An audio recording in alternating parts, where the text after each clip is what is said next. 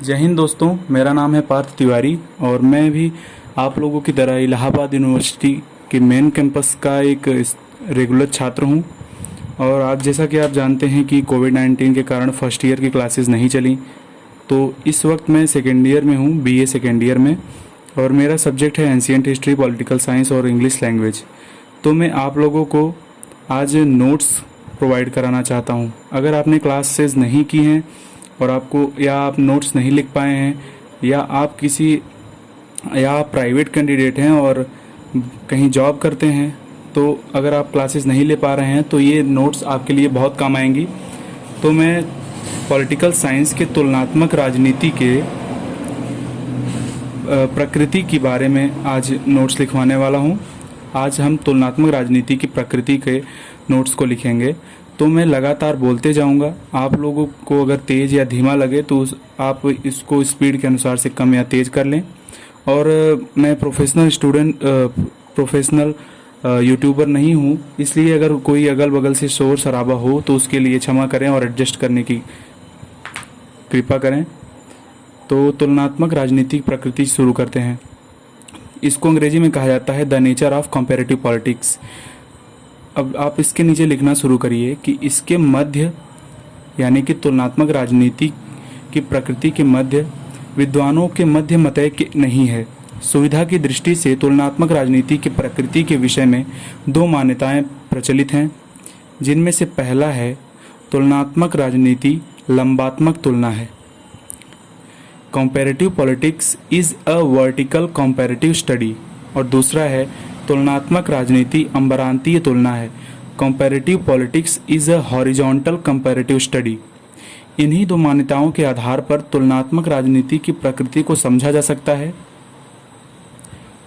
तो अब नई हेडिंग डाल दीजिए, तुलनात्मक राजनीति लंबात्मक तुलना है, और इसके नीचे लिखना शुरू करिए, तुलनात्मक राजनीति की इस धारणा के समर्थक यह मानते हैं कि तुलनात्मक राजनीति एक ही देश में स्थित विभिन्न स्तर पर स्थापित सरकारों व उनको प्रभावित करने वाले राजनीतिक व्यवहारों का तुलनात्मक विश्लेषण एवं अध्ययन है।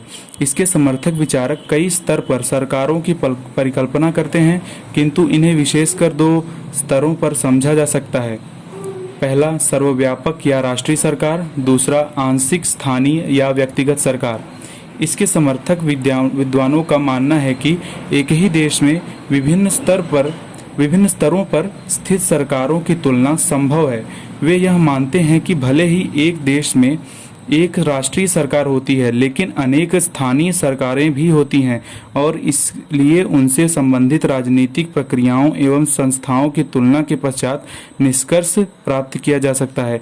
उदाहरण के तौर पर यदि राज्य का स्वरूप एकात्मक है तो उसमें एक राष्ट्रीय सरकार होगी और कई सारी स्थानीय सरकारें होंगी। यदि राष्ट्र का स्वरूप संघात्मक है तो उसमें राष्ट्रीय, प्रांतीय और स्थानीय सरकारें होंगी। इसके समर्थक विद्वान यह मानते हैं कि एक ही देश में स्थित विभिन्न स्तरों की सरकारों के मध्य तुलना की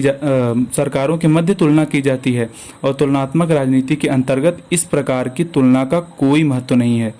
तुलनात्मक राजनीति की उपर्युक्त परिभाषा को स्वीकार करना समीचीन नहीं है, क्योंकि राष्ट्रीय और स्थानीय सरकारों के मध्य दृष्टिगत समानता मात्र दिखावा है।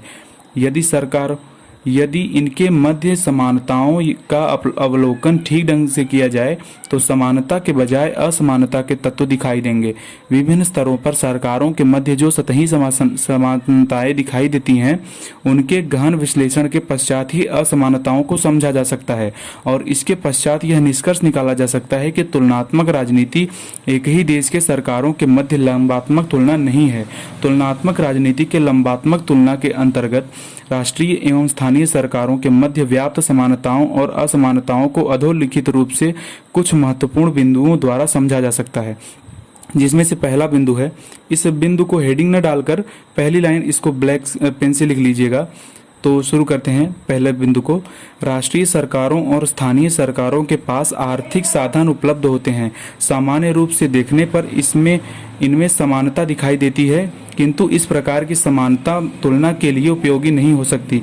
इसके पीछे यह कारण है कि यदि राष्ट्रीय सरकार के आर्थिक साधनों उसके स्रोतों, उसके आकार को देखा जाए तो वह स्थानीय सरकारों की तुलना में अधिक व्यापक हैं। यदि इस प्रकार की तुलना की भी जाती है तो यह पूर्णात्मक नहीं होकर मात्रात्मक अधिक रहेगी, जिसकी तुलनात्मक राजनीति में उपयोगिता नहीं रहेगी। और इसके बाद दूसरा पॉइंट है, चाहे किसी भी प्रकार की सरकार हो, उसके संचालन के लिए नियमों और विधियों की आवश्यकता होती है। इनमें व्याप्त समानताओं के आधार पर भी तुलना की जा सकती है, किंतु जब राष्ट्रीय और स्थानीय सरकारों के नियमों और विधियों का ठीक ढंग से विश्लेषण किया जाता है तो उनमें समानता के बजाय असमानता दिखाई देती है। ये दूसरा पॉइंट हो गया। तीसरा पॉइंट है, प्रत्येक प्रकार की सरकार के संचालन के लिए शक्ति की आवश्यकता होती और दोनों सरकारों अर्थात राष्ट्रीय और स्थानीय सरकारों के पास कम या अधिक मात्रा में शक्ति प्राप्त होती है, परंतु राष्ट्रीय सरकार की शक्ति अधिक व्यापक व श्रेष्ठ होती है, जबकि स्थानीय सरकार की शक्ति उतनी व्यापक या श्रेष्ठ नहीं होती है। तो ये तीसरा पॉइंट कंप्लीट हो गया। उपर्युक्त विश्लेषण के उपरांत यह कहा जा सकता है कि राष्ट्रीय और स्थानीय सरकारों के मध्य समानता से अधिक असमानता है। इसलिए तुलनात्मक राजनीति में एक ही देश के विभिन्न स्तरों पर स्थापित सरकारों के मध्य तुलनात्मक विश्लेषण दिखाई होते हुए भी सामान्यीकरण की भावना नहीं रखता है। अतः यह कहा जा सकता है कि लंबात्मक अध्ययन से तुलनात्मक राजनीति को विशेष लाभ प्राप्त होने वाला नहीं है। तो ये पूरा तुलनात्मक राजनीति लंबात्मक तुलना है, इसके बारे में ये पूरा हो गया। अब अगली जो वीडियो आएगी उसमें आपको तुलनात्मक राजनीति अम्बरांतीय तुलना है, यानी कि comparative politics is a horizontal comparative study. क्योंकि वीडियो लंबी हो जाएगी इसलिए वो अलग से वीडियो बनाई जाएगी, तो वो ठीक भी रहेगा। और ये वीडियो बहुत ही उपयोगी हो सकती है मेरे लिए भी। अभी एग्ज़ाम तो मेरा भी नहीं हुआ है, बस मैं आप लोगों की सहायता करने के उद्देश्य से, मेरा ऐसी इच्छा कर रही है कि मैं आप लोगों की सहायता अगर कर सकूं नोट्स के माध्यम से तो कर दूं। तो इस वजह से मैंने ये वीडियो बनाया है। तो आगे चलकर अगर एग्ज़ाम टाइम लिखने का भी समय नहीं है तो इस वीडियो को सुन भी सकते हैं, जिससे कि बहुत फ़ायदा होने वाला है। तो अगर आपके पास ऐसे कोई मित्र हैं आपके जिन्होंने ये नहीं लिखा है तो उन लोगों के पास भी शेयर करें। और बहुत लोग ऐसे होते हैं जो प्राइवेट कैंडिडेट के रूप में एडमिशन लेते हैं और वो कोई ना कोई जॉब करते हुए भी विश्वविद्यालय में पढ़ाई कर रहे होते हैं, तो उनके पास भी शेयर करें जिससे कि वो अपनी पढ़ाई को बहुत अच्छे ढंग से जारी रख सकें। और मेरा नाम पार्थ तिवारी है, मैं नीभापुर का रहने वाला हूँ। नीभापुर गांव जो है वो जौनपुर ज़िले में आता है। जौनपुर तो उत्तर प्रदेश में आता है, इतना तो आप जानते ही होंगे। तो मैंने यहाँ से एंट्रेंस क्लियर किया 2020 में। मैंने 12वीं पास की, उसके बाद मैंने एंट्रेंस का फॉर्म डाला। फिर उसके बाद सितंबर में जाके एग्ज़ाम हुआ था। मैंने BHU का भी फॉर्म डाला था, वहाँ भी एडमिशन के लिए कॉल लेटर आया था। लेकिन यहाँ इलाहाबाद यूनिवर्सिटी में कंपटीशन का माहौल ज़्यादा है और आगे चलकर अगर UPSC की तैयारी भी करना चाहते हैं आप तो उसके लिए बहुत अच्छी यहाँ पे सुविधा होती है। इसलिए मैंने इलाहाबाद विश्वविद्यालय को चुना। फर्स्ट ईयर तक तो मेरा इलाहाबाद विश्वविद्यालय को लेकर दृष्टिकोण बहुत ही गलत था। मैं इसको बहुत ही कोसता था कि मैंने गलती की यहाँ पे एडमिशन लेकिन मुझे अब सेकेंड ईयर में समझ में आने लगा है कि इससे अच्छा और कहीं भी नहीं हो सकता अगर आप ग्रेजुएशन BA कर रहे हैं तो।